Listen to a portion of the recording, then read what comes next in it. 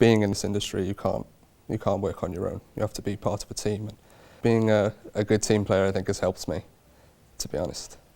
You do have to be hardworking. You do have to be professional in everything that you do. You know, a lot of people think that coming into catering is like an easy way out. You know, but it's not. It's very difficult to get anywhere, and I've been very lucky to get where I am.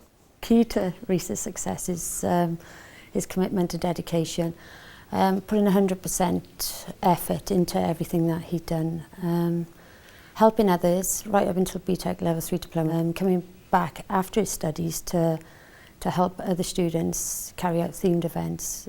He's just a dedicated individual. In the future, I still hope to be working here, still progressing as a chef, still learning as a chef, and you never know, maybe one day be head chef of one of the restaurants here. That'd be quite nice.